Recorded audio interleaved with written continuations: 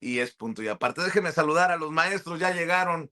El querido Paco Cruz, más de 47 años en el periodismo, autor de una larga lista de libros. Las Damas del Poder es su más reciente libro.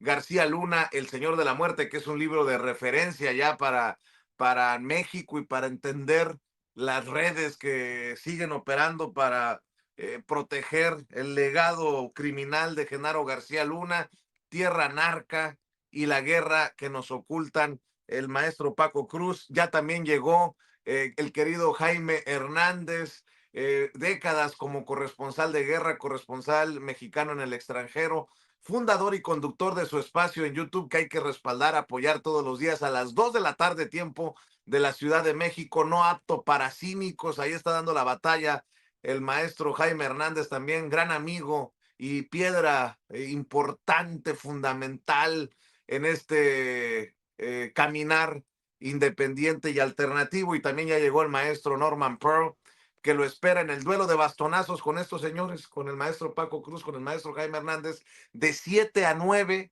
en Norman Pearl TV, de 7 a 9 de la noche, tiempo de la Ciudad de México, en Norman Pearl TV. Te saludo, Paco, primero a ti. Buenos días. A Vicente, Norman, Jaime, buenos días. Vicente, es que hay tanta información, ¿por cuál empezamos? Mira, lo de Ah, Norma Piña, tú tienes razón. te puedo Van a proponer, llorar. empieza por el amigo de Norma Piña, Alito Moreno, fíjate, que dice que tiene miedo, que se siente amenazado.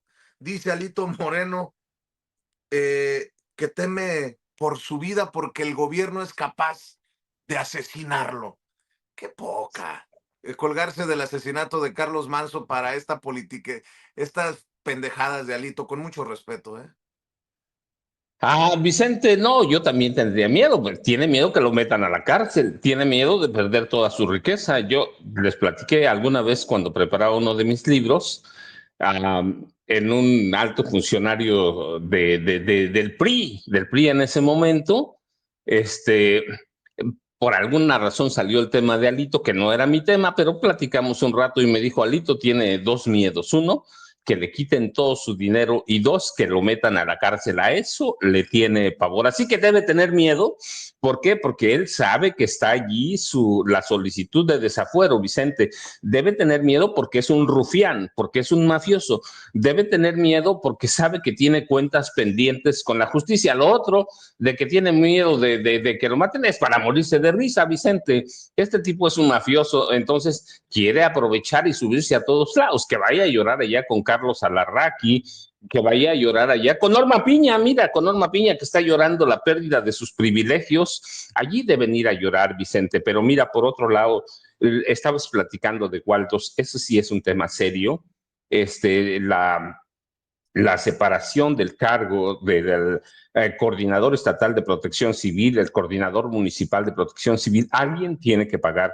Desde 2021 no le renovaron el permiso para operar por las condiciones de protección civil. Nadie se los volvió a revisar y hasta ahora, en 2025, descubren que el permiso estaba vencido, que nadie se los dio. Entonces, alguien recibió dinero o fue omiso o hubo algo extraño ahí. Así que los dos coordinadores de protección civil tienen muchas cuentas que aclarar. 23 vidas.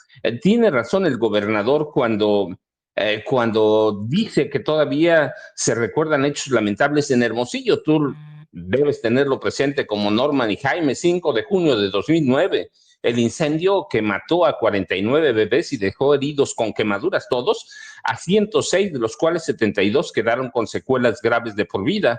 Ahora este incendio mata a 23 personas, que además es por un descuido oficial, ¿eh? Es un descuido, ahí no hay problema. Si no tenía permiso de protección civil, quiere decir que alguien se corrompió o alguien, y cuando hablo de corrupción no es que haya necesariamente recibido dinero, quiere decir que fue omiso y que llegó a arreglos extraños con los responsables de Waldos ahí en Hermosillo. Hay también una docena de heridos, ¿no? Bueno, ya solo hay 3 hospitalizados, dijo el gobernador, pero debe levantar la indignación, debe levantar la indignación porque hay cosas extrañas. Mira, hoy estabas leyendo comunicado de Waldos que está comprometido, dice, con la seguridad de sus empleados, pero justamente ayer empezaron a circular testimonios de extrabajadores de Waldos, están en internet ahí, quienes revelaron que meses antes de la tragedia, los supervisores les advirtieron que dejaran, les entregaran copias de sus documentos, de sus vestimentas, de todo, por si en algún momento había un percance, entre ellos un incendio. Sí, ellos estaban conscientes de que los supervisores y los gerentes de que podían tener problemas, de que nadie los supervisaba. Estaban los empleados obligados a dejar fotografías aparte de las identificaciones oficiales. Estaban obligados a dejar fotografías de cómo iban vestidos, por si algún día pasaba algo, y ese pasaba algo puede ser un incendio. Entonces, Waldos da a conocer este comunicado cuando ya hay en las redes sociales testimonios de las advertencias que habían o que hacían los ejecutivos de Waldos. ¿Quién va a pensar en un incendio? Nadie, pero alguien sí piensa en alguna tragedia, y por eso les pedían más tiempo. Así que alguien, Vicente, es una nota gravísima, tomando en cuenta, no, aunque no hubiera habido un incendio el 5 de junio de 2009, aunque no lo hubiera habido, esta tragedia en Waldos es gravísima. Es decir, no hay una explicación lógica, no se puede recurrir al sentido común, Vicente, para justificar un incendio de esta naturaleza, cuando ya los funcionarios estatales de Sonora, los funcionarios municipales de Protección Civil, tenían el antecedente de 2009. Es decir, es más grave de lo que parece. Así que sí, hay que entender lo que dice el gobernador, y tienen que, lo dijimos aquí cuando hablamos del tema, tiene que haber personas juzgadas, no puede haber impunidad. Tienen que haber responsables, Vicente. De lo contrario, sería inútil todo esto. Así que hay en las redes el listado de víctimas y todo, pero eso no va a ayudar a nada si no hay una investigación seria, profesional, y que detone en la detención, el juzgamiento, o llevar a juicio a quienes son responsables. Y los responsables son de gobierno estatal y gobierno municipal, Vicente. No hay otra. No puedes operar 4 años sin un permiso de protección civil, a menos que sea por corrupción. Vicente, Norman y Jaime, buenos días. Así es, buenos días, Paco. Buenos días, Jaime. Ayer asume Grecia Quirós, también en Uruapan, como alcaldesa, la viuda de Carlos Manso, y veo que en diferentes medios de comunicación, en diferentes periódicos, se siguen colgando precisamente de este tema para el golpeteo. Me parece alucinante, ¿no? Asume esposa, siguen protestas, dice el Reforma. El Universal: no vengo con el discurso vacío de los políticos, sino con el corazón destrozado. Viuda asume alcaldía de Uruapan en Excelsior. Grecia toma posesión y sostiene: no callarán a los del sombrero, dice Milenio.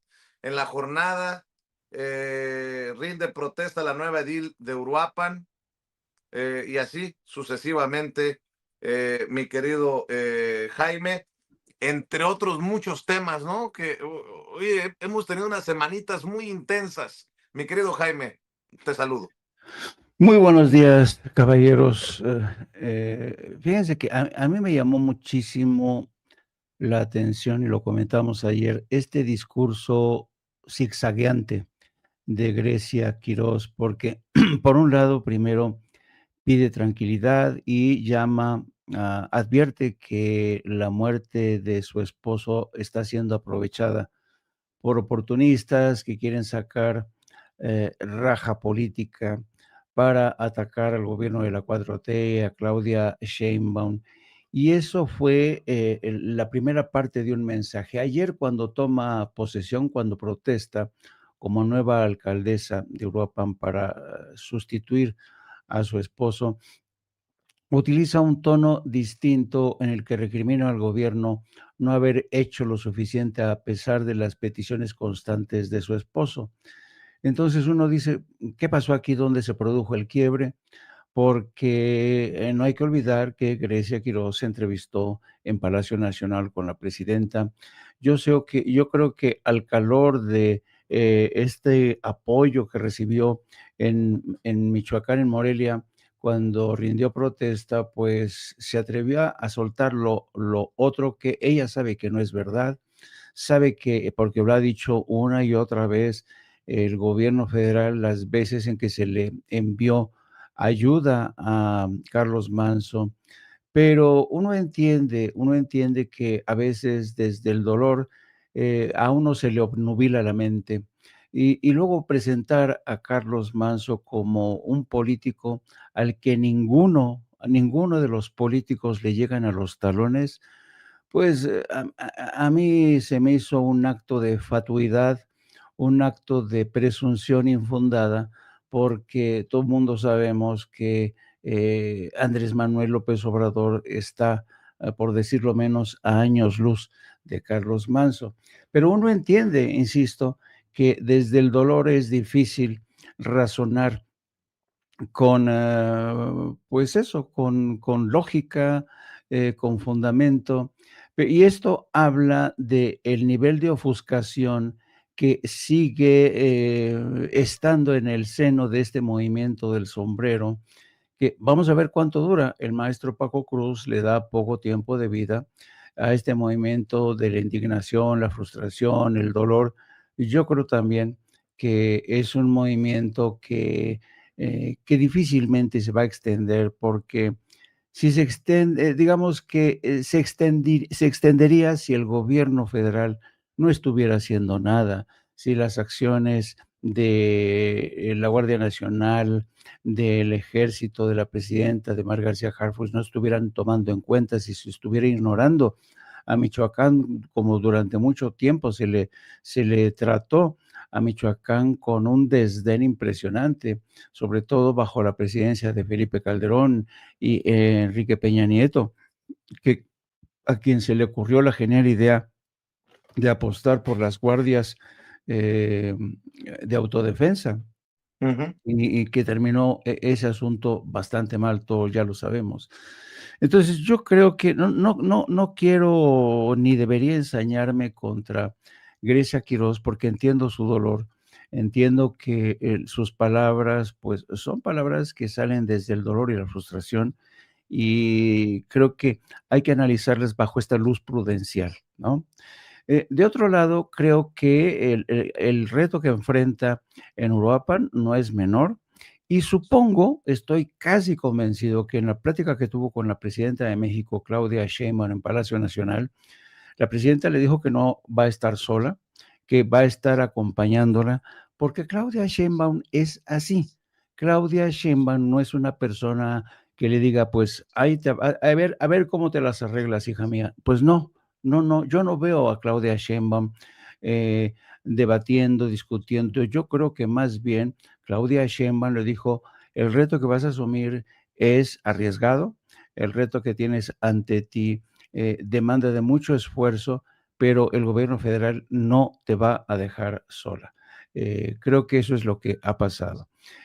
Por otro lado, quisiera llamar la atención sobre el intento que siguen haciendo muchos comentócratas por capitalizar el tema de la movilización de la llamada generación Z. Ayer se suspendieron varias movilizaciones en Morelia, pero no en Uruapan. Sigue la oposición apostando por este movimiento, por explotar un poco para tratar de darle continuidad a la tragedia de Carlos Manso.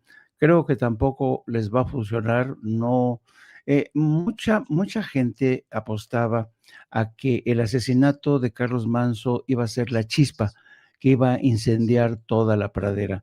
Yo francamente no lo veo venir ese incendio. Bueno, y mientras tanto, pues, ¿qué creen?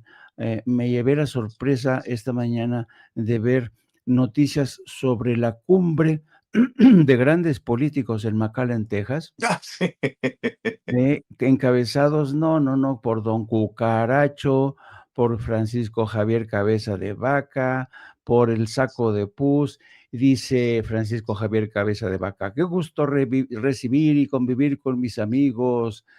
Adrián Dávila, Acosta Adriana Dávila. Naranjo, Paco Santos, Javier Lozano, Martín Orozco, donde coincidimos en ideas que fortalezcan a la oposición y detengan la destrucción que están llevando a cabo los narcogobiernos de Morena. No, no, no, cumbre en McAllen, Texas. Ahora sí que se creen, ellos se ven a sí mismos casi, casi como Benito Juárez, ¿no? Cuando Benito Juárez defendió la patria desde el extranjero para sacar a los invasores, pues ahora sí, don Cucaracho se cree don Benito Juárez y se están alistando el Saco de Pus, el Cucaracho, Francisco Javier Cabeza de Vaca, para ver de qué manera mucha gente ya empezó a cachondearse de estos, a burlarse, dicen, la generación Z se prepara desde McAllen, Texas, para asaltar el poder. ¿Cómo ven, amigos? Pues me parece una locura, ¿no? Y por cierto, fue Javier Lozano en el rincón ahí en la cueva de Atypical TV de Carlos Alarraqui, que anduvo candidateando a la presidencia de la República para el 2030 a Cabeza de Vaca. Oye, ¿en qué momento lo tomaron como el padrino? Ahora, habrá algunos que no quieran a Felipe Calderón, habrá algunos que no quieran a Fox, pero que anden ahí oliéndole el pedo a Cabeza de Vaca en Estados Unidos. ¡Ay, güey! ¿Qué? Bueno, en fin. Oigan, por cierto, mi querido Norman, sobre el lloriqueo de Norma Piña por el Poder Judicial que se les fue, Abraham Mendieta, le mando un abrazo al querido Abraham Mendieta, escribió, me pareció durísimo. Dice, destiné un tiempo considerable a escuchar la participación completa de Norma Piña en la UNAM el día de hoy y reconoce lo que mentirosamente negó por meses, que la reforma judicial, es decir, la modificación a la Constitución que la mayoría legislativa logró, fue perfectamente legal y legítima. Entonces, ¿por qué votó por la inconstitucionalidad cuando presidía la Suprema Corte de Justicia de la Nación? Si hoy reconoce que efectivamente era válido el proceso que se siguió para cambiar la Constitución, es intelectualmente deshonesta, muy deshonesta, y me deja claro que no respeta ni el derecho ni la justicia, solo su visión ideológica y sus privilegios. Durísimo Abraham Mendieta, pero creo que está right on the money, como dicen en inglés, directo, puntual. Y mi querido Norman Pearl, se desnudan solitos, ¿no? Con estas participaciones en conferencias. Están ardidísimos de que les quitaron sus privilegios. Mi querido Norman, buenos días, te mando un abrazo también a ti. Hola, ¿qué tal, Vicente, Paco, Jaime? Buenos días a la audiencia. Bueno, pues ella culpa, Norma Piña culpa a la sobrerepresentación, que claro, se consiguió de manera ilegítima, pero ella nunca hace una autocrítica de los problemas que tenía el Poder Judicial y que todavía subsisten muchos, ¿no? La corrupción, el nepotismo, la falta de justicia, todo aquello que el pueblo de México estuvimos pidiendo durante tantos y tantos años y sufriendo. Esconder, habla, por ejemplo, Rebolledo, porque también estuvo ahí Pardo Rebolledo, habla de que ninguno fue, que en ningún momento ningún ministro fue sorprendido por algún acto ilícito, ¿no? Y nosotros recordamos tantos, entre otros, la decisión de un ministro de ocultar en su cajón durante tanto tiempo denuncias por adeudos por parte de Salinas Pliego. Pero, a ver, ¿qué es lo que pasa con Norma Piña y con esta gente que hacen estas mesas de análisis? Bueno, pues lo hacen básicamente para tratar de explicar por qué perdieron, ¿no? ¿Por qué perdieron el Poder Judicial? Pues simplemente porque el pueblo estaba cansado de mantener a un grupo en el poder, en este caso en el Poder Judicial, que no representaban al pueblo de México. Y todavía se atreve Norma Piña a decir que ellos no representan al pueblo, ¿no? Y es cierto, pero además lo reconoce y dice, nosotros no reconocen, no estamos aquí o no estábamos ahí para representar al pueblo. Estábamos para representar a la justicia y eran las sentencias las que nos calificaban. Bueno, pues tuvimos suficientes sentencias en donde los mexicanos, por muy letrados judicialmente que fuéramos, fuimos capaces de entender que ellos trabajaban específicamente para un poder, que era el poder económico. Fíjate que con respecto al tema de Grecia, pues a mí me da muchísima pena, ¿no? La forma como Grecia, que no es punta de lanza, que no es representante fiel de un movimiento, termina por cambiar radicalmente de discurso. Ella quiere mantener el proyecto, un proyecto inviable que había instrumentado Carlos Manso, y hoy por hoy regresa a Uruapan, y regresa a Morelia a tomar posesión, y cuando lo hace, retoma el discurso y retoma lo imposible. Quiero insistir en que es un proyecto inviable, no se puede establecer o arrancar una guerra contra el narco como pretendió Carlos Manso, y que perdiera su vida justamente por este absurdo. Ahora, yo quiero insistir en algo. No se puede pedir el apoyo del gobierno federal, específicamente del Gabinete de Seguridad, para un proyecto que no es compartido por el resto de la nación. No hay que olvidar, y la presidenta lo ha insistido en ello, que no vamos a regresar a la guerra contra el narcotráfico por muchísimas razones, entre otras, porque no se está ejerciendo con justicia. No se puede pensar en el mátalos caliente, etcétera, como planteaba el mismo Carlos Manso. Entonces, ¿hasta dónde va a llegar el movimiento del sombrero? Pues yo creo que tiene una vida, y coincido con el maestro Paco, una vida muy corta, porque pocos municipios van a poder mantener el mismo Uruapan no va a poder mantener este discurso, ¿no? Simple y llanamente porque no se les va a proporcionar armamento para matar, ¿no? Es decir, la presidenta, el Gabinete de Seguridad ha hablado largo y tendido acerca de todos los apoyos que recibió Uruapan para que pudiera enfrentar a la delincuencia de una manera lícita. Pero el hecho de querer tomar la justicia en sus manos sin que nadie pase por un proceso judicial, pues va en contra de la Constitución y va en contra del proyecto de nación que se tiene desde el sexenio pasado. Así que yo creo que sí, efectivamente, Grecia se equivoca en querer mantener esa posición para mantener el estatus, ¿no? Y ahora, en términos personales, pues yo no puedo hacer un gran juicio, solo que Grecia, lo decía ayer, Ciro Gómez Leiva no estaba en capacidad de gobernar, porque no tenía experiencia, pero también anoche comentábamos que Ciro Gómez Leiva defendió hasta donde fue posible la participación que tenía con él Lili Téllez, quien ayer platicábamos anoche, nos preguntábamos si eventualmente habría terminado la primaria, ¿no?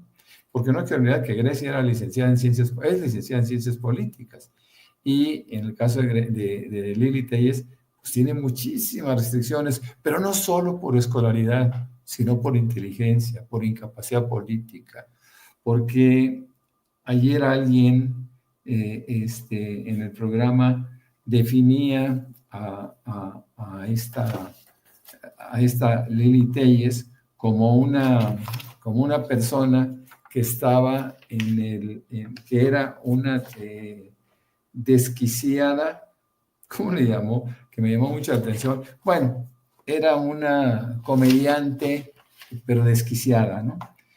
Yo creo que nosotros tenemos que pensar con mucho mayor seriedad en términos políticos, porque si se mantiene a Lili Téllez al frente de un discurso, pues estamos pensando que México va a una terrible decadencia. Hemos visto en muchos países cómo de repente aparecen personajes que tienen cero méritos en términos de capacidades y siguen adelante. Estamos viendo a un Donald Trump que se le cae el imperio, ¿no? que está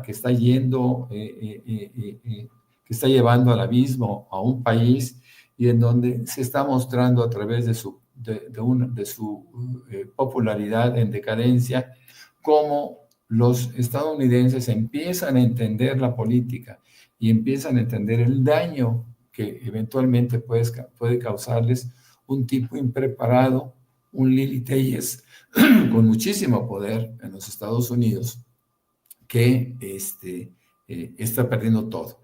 El triunfo demócrata nosotros lo vemos como una reflexión que el pueblo estadounidense hace con respecto a lo que no puede ser.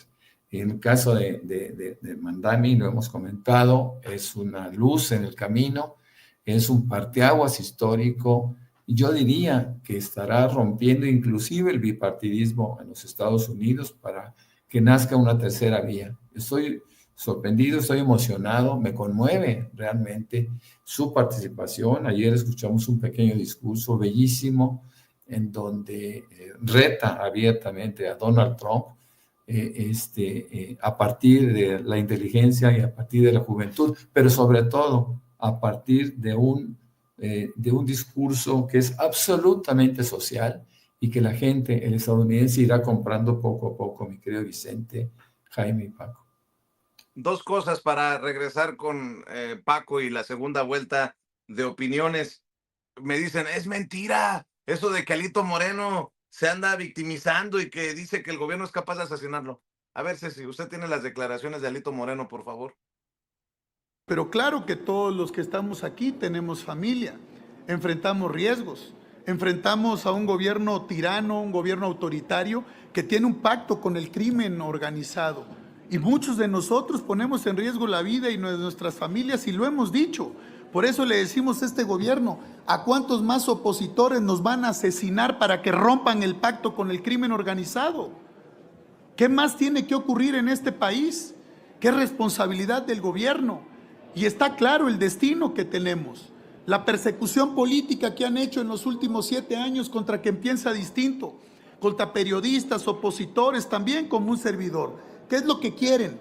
¿Asustarnos, amedrentarnos, meternos a la cárcel, asesinarnos para que nos callemos o trabajar todos juntos para cambiar este país? Eso es lo que debemos de hacer.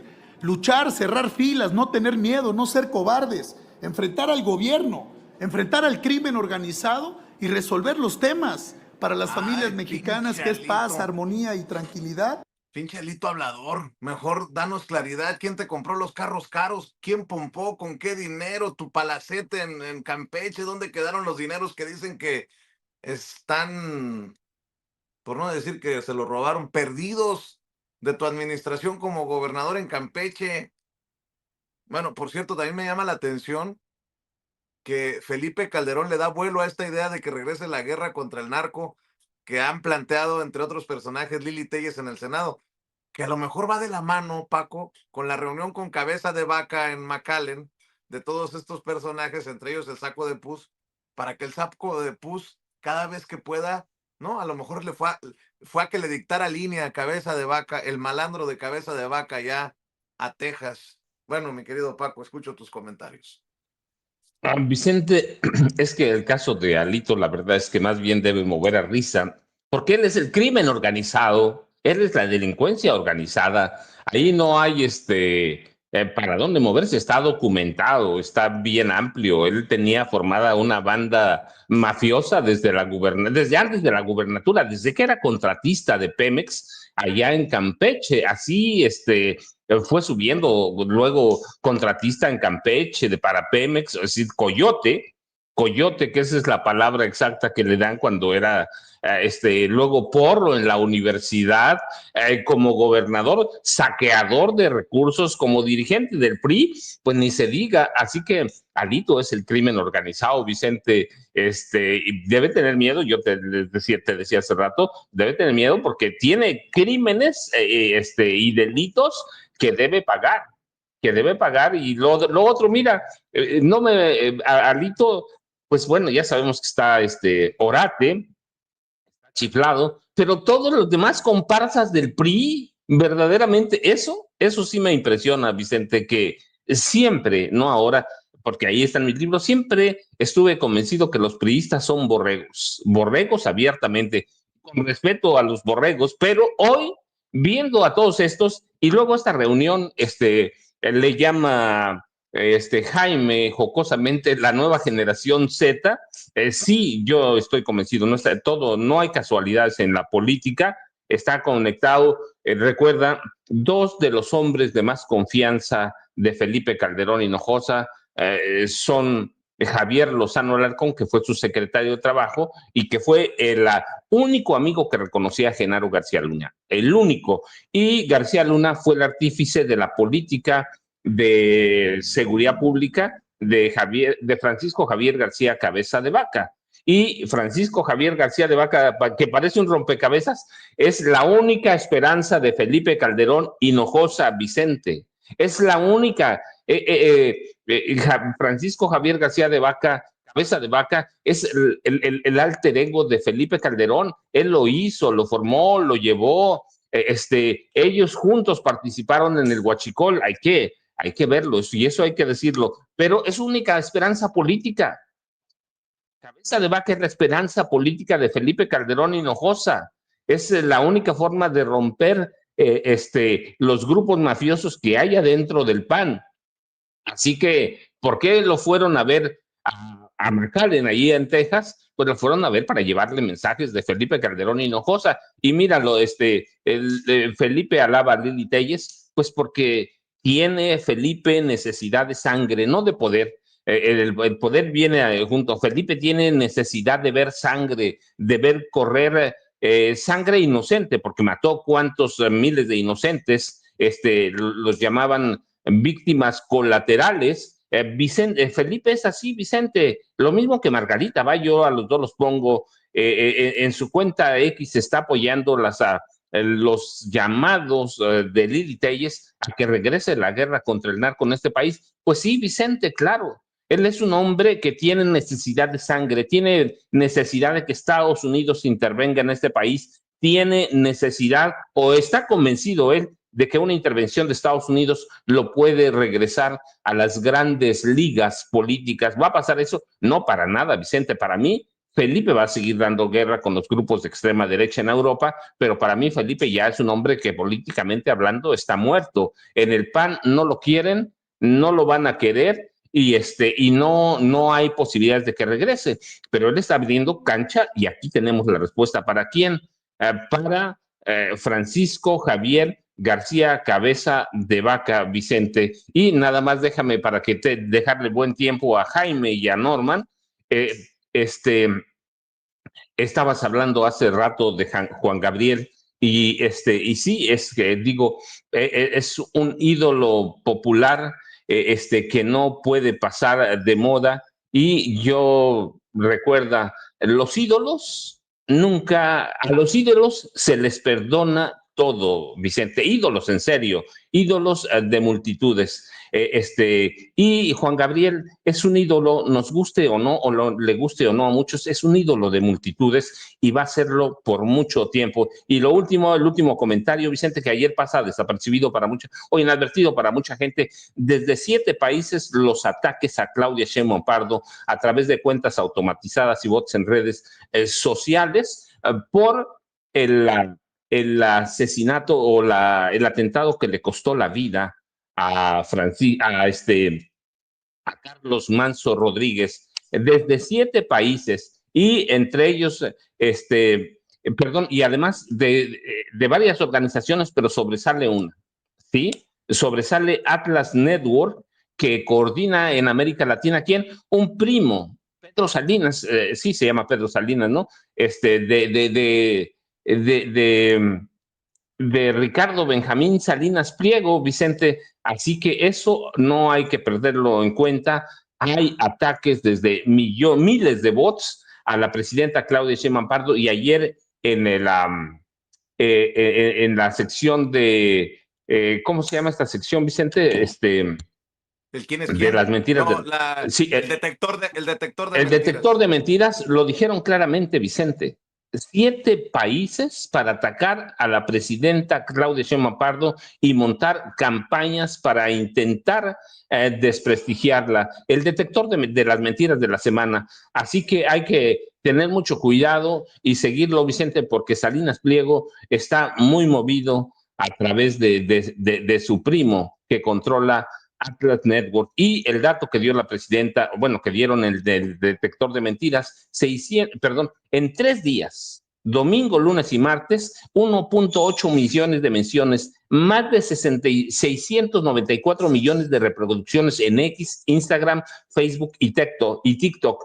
Además, 2.7 millones de posteos en todas las redes, la mayoría en la red social X y solo 6% originales. Así que hay que tener mucho cuidado, Vicente, y hay que tener cuidado con la red Atlas Network, que que coordina un primo de Ricardo, se llama Roberto Salinas León. Roberto Salinas León, primo de Ricardo Salinas Pliego, Vicente. Yo, ya sabes, @Paco Cruz Jiménez en X, antes Twitter, Francisco Cruz Jiménez en Facebook, y nos vemos al rato, si no, mañana temprano. Vicente, Jaime, Norman, buenos días.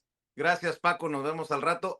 Antes de que llegue la presidenta, Jaime, no había visto la portada de Reforma. Se disculpa Reforma con la presidenta, claro. Esta sí es de 8 columnas, ¿eh? Así es. Acaban de publicar una disculpa para la presidenta. Aquí, mire, en primera plana del Reforma. A ver si la tienes, Ceci, ahí. En la esquinita, aquí, ahí, a un lado de donde dice Reforma. Ayer pidió presidenta Claudia Sheinbaum, ayer pidió una disculpa a Grupo Reforma, hela aquí. En todo agravio percibido, la intención pesa. La nuestra no fue ofenderla, sino defenderla. México es un país traumatizado por años de violencia cotidiana que incluye terribles magnicidios. Por ello, el enfoque de la publicación fue sobre una evidente vulnerabilidad. Una disculpa a la mujer agraviada, una alerta sobre la importancia de proteger la seguridad de la presidenta en el entorno violento que vivimos, dice el periódico Reforma, mi querido Jaime. Pues sí, yo creo que el periódico Reforma, esto solamente aparece, por cierto, en la versión, no lo he visto, yo no lo había visto en la versión online, lo vi publicado en la versión impresa, pero no en online. O sea, y yo creo que así como lo publicó en online, tendría que publicarlo también en online. Pero en cualquier caso, yo creo que Reforma se vio obligado por las circunstancias. Qué vergüenza, de verdad, qué vergüenza que la presidenta te pida una disculpa, y que Reforma sepa reconocer el mea culpa. Y dice que en cualquier caso, fíjate, porque es interesante la forma en que se disculpa, ¿eh? Dice, nuestra intención no fue ofenderla, sino defenderla. Y uno dice, ¿será? ¿Será de verdad eso? Este, yo francamente no creo demasiado en esta disculpa, pero pues bueno, cada quien, ¿no? Cada quien su forma de disculparse, y digamos que la coartada que utilizan ellos dice que como México es un país traumatizado por años de violencia cotidiana que incluye terribles medicinos, por ello el enfoque de la publicación fue sobre una evidente vulnerabilidad. Perdón, pero las fotos seleccionadas por Reforma que publica en primera plana son asquerosas, asquerosas. Ahí hubo una selección editorial, para presentar de las fotos las más asquerosas. Así es que no me vengan con el cuento de que, no, es que, pues, perdón, es que le estábamos defendiendo, señora presidenta. No, no, no, no, no. Saben, esta gente de verdad no tiene conciencia, no es profesional. De verdad, es una pena, es una pena lo que están haciendo.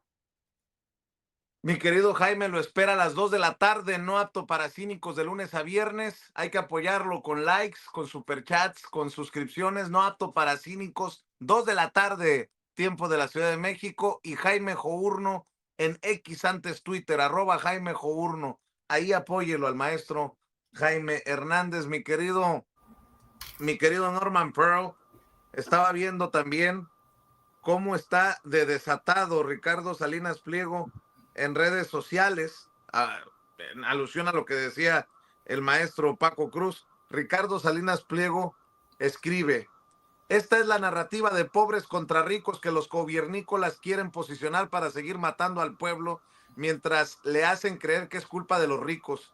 Pero adivinen quién inventó la frase primero los pobres. Hace muchos años, durante una comida, le dije al peje: creo que si le das atención primero a los pobres, no, ya no voy a seguir leyendo. Ahora resulta que Ricardo Salinas Pliego es el autor de Primero los pobres.